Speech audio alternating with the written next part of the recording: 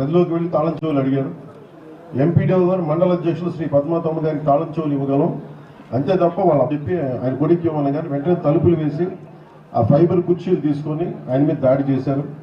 శ్రీ జవహర్ బాబు గారిని దాడి చేయగానే మండల పరిషత్ అభివృద్ధి అధికారిని సుదర్శన్ రెడ్డి, భాను, వెంకటరెడ్డి గారు, ధర్మారెడ్డి గారు కొట్టడం జరిగిందని, ఇమ్రాన్ కూడా కొట్టి బయటికి నెట్టారని, తర్వాత పై అంతస్తు నుండి ఉపాధి హామీ సిబ్బంది కిందకు వచ్చి తలుపులు ఊడగట్టి లోపలికి వెళ్ళి ఇమ్రాన్ తెలిపారు.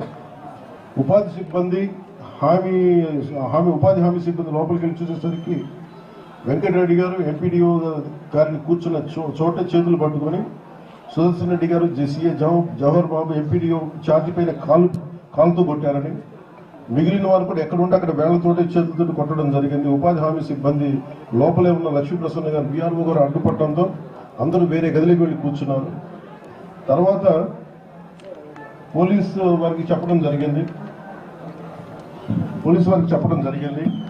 ఆ సమయంలో కలెక్టర్ గారు కూడా విజయవాడలో ఉండటం వల్ల ఆయన వెంటనే ఫోన్లో తెలియజేయగానే ముందు స్థానిక పోలీసుని పంపిస్తే గంటన్నర సేపు వాళ్ళు ఇక్కడే ఉన్నారు. ఎస్ఐ గారు ఇచ్చారు, కానిస్టేబుల్స్ వచ్చినా కదలా. మళ్ళీ అదనపు సిబ్బందితోటి సిఐ గారితో వచ్చి ఆయన అదనపు సిబ్బందితో వచ్చిన తర్వాత కానీ వీళ్ళని అరెస్ట్ చేయడానికి కుదరలేదు. దాంతో 9 మంది వెళ్ళిపోయారు, 3 మట్టికి అరెస్ట్ చేశారు. ఈ సందర్భంగా నేను ప్రత్యేకించి ఎందుకు ఇక్కడికి వచ్చామంటే, వైసీపీ 11 సీట్లు ఇస్తేనే వీళ్ళకి ఇంత అహంకారం చూపిస్తున్నాం, ఓడిపోయి కూడా ఇంత పొగరు చూపిస్తున్నాం. ఓడిపోయి కూడా నేను ప్రత్యేకించి చెప్తున్నా, ఇవి ఎవరి జాగీర్లు కావు, ఇవి ఒక్కరి జాగీర్లు కాదు, ఇవి ఆ రోజులు పోయినాయి. మీరు రకరకాల ముఠాలు పెట్టుకొని మీరు భయపెడతామంటే భయపడే ప్రభుత్వాలు కాదు, ఎన్డీఏ కూటమి ప్రభుత్వం అసలే కాదు. ఇక్కడ ఉన్న యువత, కొత్త తరం యువత నాయకులు కూడా, సీనియర్ నాయకులు కూడా చాలా నలిగిపోయారు. మార్పు కోసం చూసే ఈ రోజున ఎన్డీఏ కూటమి ప్రభుత్వాన్ని ఎన్నుకున్నారు. శ్రీ నారా చంద్రబాబు నాయుడు గారి నాయకత్వంలో ఉన్న ఎన్డీఏ ప్రభుత్వం, వారి గౌరవ ముఖ్యమంత్రిగా ఉన్న ఈ ప్రభుత్వం ఇలాంటి చిల్లర పనులకి ఎవరు భయపడరు. ఇంకా పద్ధతి కాదు కాబట్టి భాషని మర్యాదగా మాట్లాడుతున్నారు. మేము ప్రభుత్వంలో ఉన్నాం, ఒకటే మాట చెప్తున్నా, పిచ్చి పిచ్చి వేషాలు వేయకండి. మీరు బయట యువతకి మీరు అరుపులు చూస్తూ ఉన్నారు. ఇలాంటి పనులు చేస్తూ వెళ్తా ఉంటే చూస్తూ ఊరుకునే యువత కాదది. ఇది రాయలసీమ యువత, ఇది పోరుబాటులో ఉన్న యువత, ఇది నలిగి ఉద్యోగాలు, ఉపాధి అవకాశాలకి నలిగిపోతూ ఉన్న యువత, ఇది యువతను దయచేసి మీరు రెచ్చగొట్టకండి. ఈ రోజున మేము వచ్చి 70 కోట్ల రూపాయలు జాతీయ ఉపాధి హామీ పథకం కింద మేము అమలు చేసాం. దాదాపు కలెక్టర్ గారు చెప్తాం, దాదాపు ఒక మొత్తం పనులు అయిపోబోతున్నాయి. జనవరిలో రోడ్ల నిర్మాణం కానీ, గోశాలలు కానీ అన్ని రకాల పనులు చేస్తా ఉన్నాం. ఫామ్ పాండ్స్ కానీ దాంట్లో బాగా ఇప్పుడు నాకు వచ్చిన కంప్లైంట్ కూడా ఏంటంటే, ఇక్కడున్న గాలివీడి మండలం ప్రజలకు కూడా చెప్తా ఉన్నారు, వాళ్ళు పర్మిషన్స్ ఇవ్వమంటే కూడా ఇవ్వమని చెప్పట్లేదండి. పనులు సిద్ధమైపోయినాయి అంటే వీళ్ళు కూర్చొని వీళ్ళు ఇక్కడికి వెళ్ళి వీళ్ళు ఉన్నారు ఎంపీడీఓలుగా, వీళ్ళు ఎంపీపీగా ఉన్నారు కాబట్టి వాళ్ళు పర్మిషన్ ఇవ్వట్లేదు అంటే ఒకటే చెప్పాం, 14 రోజులు సమయం ఇస్తాం. 14 రోజుల తర్వాత కలెక్టర్ గారు can over right that rule. మీరు ఎంపీపీలు అని చెప్పి మీ చేతుల్లో ఉందని అధికారం అనుకోవడానికి లేదు. అభివృద్ధికి మీరు ఎన్ని అడ్డగోడలు కట్టినా బద్దలు పట్టుకుని ముందుకెళ్లే శక్తి, సమర్థత మా దగ్గర ఉన్నారు. ఎందుకంటే బేసిక్ ఇది అడ్మినిస్ట్రేటివ్ ఇబ్బందులు కనుక కలగ చేస్తే దాని చర్యలు మళ్ళీ వేరే విధంగా ఉంటాయి. అలాగే కలెక్టర్ గారికి కూడా దృష్టికి తీసుకొచ్చి 14 రోజులు మీకు నోటీస్ ఇచ్చి వి విల్ ఓవర్ రైట్, మీ ఎంపీపీ పదవిని మీరు నిలబెట్టుకుంటే గౌరవంగా ఉంటే అది మీకు మంచిది.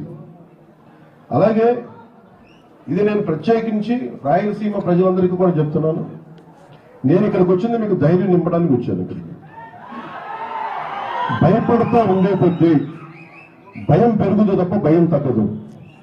ఇక్కడున్న ప్రభుత్వ అధికారులు కానీ, రాష్ట్రంలో ఉన్న 640 ఎంపీడీఓల మీద కానీ ఒక్కరు చెయ్యేసినా, ఒక్కడంటే ఒక్కడు చెయ్యేసినా ఏ మాత్రం సహించో, ఏ మాత్రం ఊరుకో, గుర్తుపెట్టుకోండి. నీకు ఎలా ఉంటుందంటే చెప్తున్నాను, ఇళ్లలోంచి బయటికి లాక్కొచ్చి జైల్లో పెడతాం, గుర్తుపెట్టుకోండి. ఇళ్లలోంచి లాక్కొస్తాం. మర్యాదగా ఉన్నంతసేపు మర్యాదగా ఉంటాం, పద్ధతిగా ఉంటే పద్ధతిగా ఉంటాం, ప్రజాస్వామ్యబద్ధంగా ఉంటే ప్రజాస్వామ్యబద్ధంగా ఉంటాం. స్థాయి దాటి మీకు కొమ్ములు వచ్చినాయి, మీరు ఇక్కడ కూర్చోబెట్టి మీరు ఆధిపత్య ధోరణితో కానీ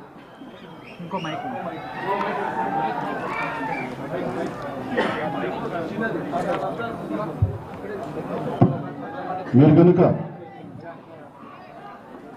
గత కాలం మీ 5 సంవత్సరాలు మీకు చెల్లిపోయింది. ఈ 5 సంవత్సరాల కాలంలో శ్రీ సుదర్శన్ రెడ్డి గారు వీరి మీద ఈ రోజున